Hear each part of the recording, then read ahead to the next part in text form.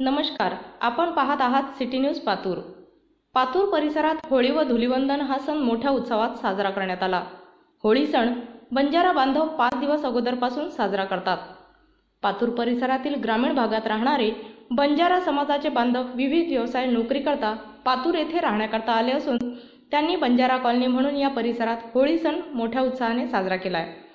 बंजारा समाजात एखाद्या कुटुंबामध्ये मुलगा झाल्यास त्या मुलाच्या नावाने धुंड नावाचा उत्सव हा होळीच्या दरम्यान करण्यात येतो। धुंड हा सण साजरा करताना समाजातील सर्व बांधवांना निमंत्रित करण्यात येते।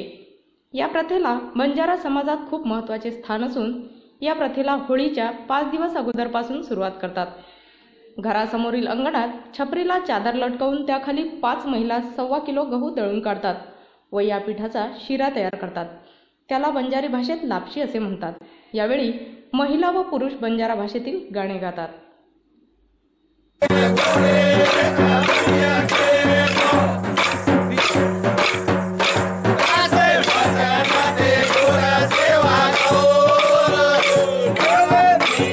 कुटुंबामध्ये होळीनंतर मुलगा जन्माला येतो।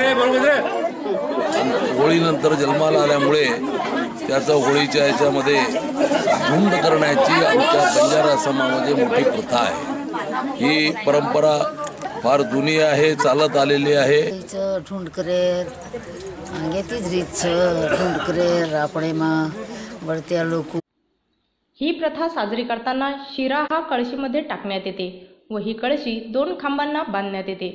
ज्या कुटुंबामध्ये मुलगा जन्माला आला त्याच्या डोक्यावर लाल कपडा बांधून त्याचं पुढील आयुष्य चांगले जावे याकरता मार्गदर्शनपर पुरुष मंडळी एका काठीवर टिपऱ्या वाजवून गाणे म्हणतात। यानंतर महिला मंडळी ज्या ठिकाणी खांबाला कळशी बांधली आहे त्या ठिकाणी हातात काठ्या घेऊन लेंगी हे गाणे म्हणतात। या प्रथेमध्ये कळशीमधील प्रसाद हा घेण्याकरता पुरुष मंडळी प्रयत्न करतात। त्यावेळेस महिला त्यांना प्रसाद घेण्यास मज्जाव करतात। यावेळी महिला पुरुषांना आपल्या हातातल्या काठीने मारहाण करतात। महिला व पुरुषांची यावेळी तुंबळ हाणामारी पाहण्याकरता तालुक्यातील सर्व बांधव उपस्थित राहतात। हा प्रसाद घेण्यात पुरुष मंडळी यशस्वी होतात व नंतर महिलांना डिवचण्याचे काम पुरुष मंडळी करते।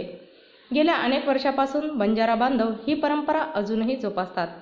बंजारा समाजाचा होळी हा सण व त्यामधील सांस्कृतिक परंपरा चालू राहण्याकरता बंजारा नेते श्री रामसिंग जाधव हे नेहमी अग्रेसर राहतात।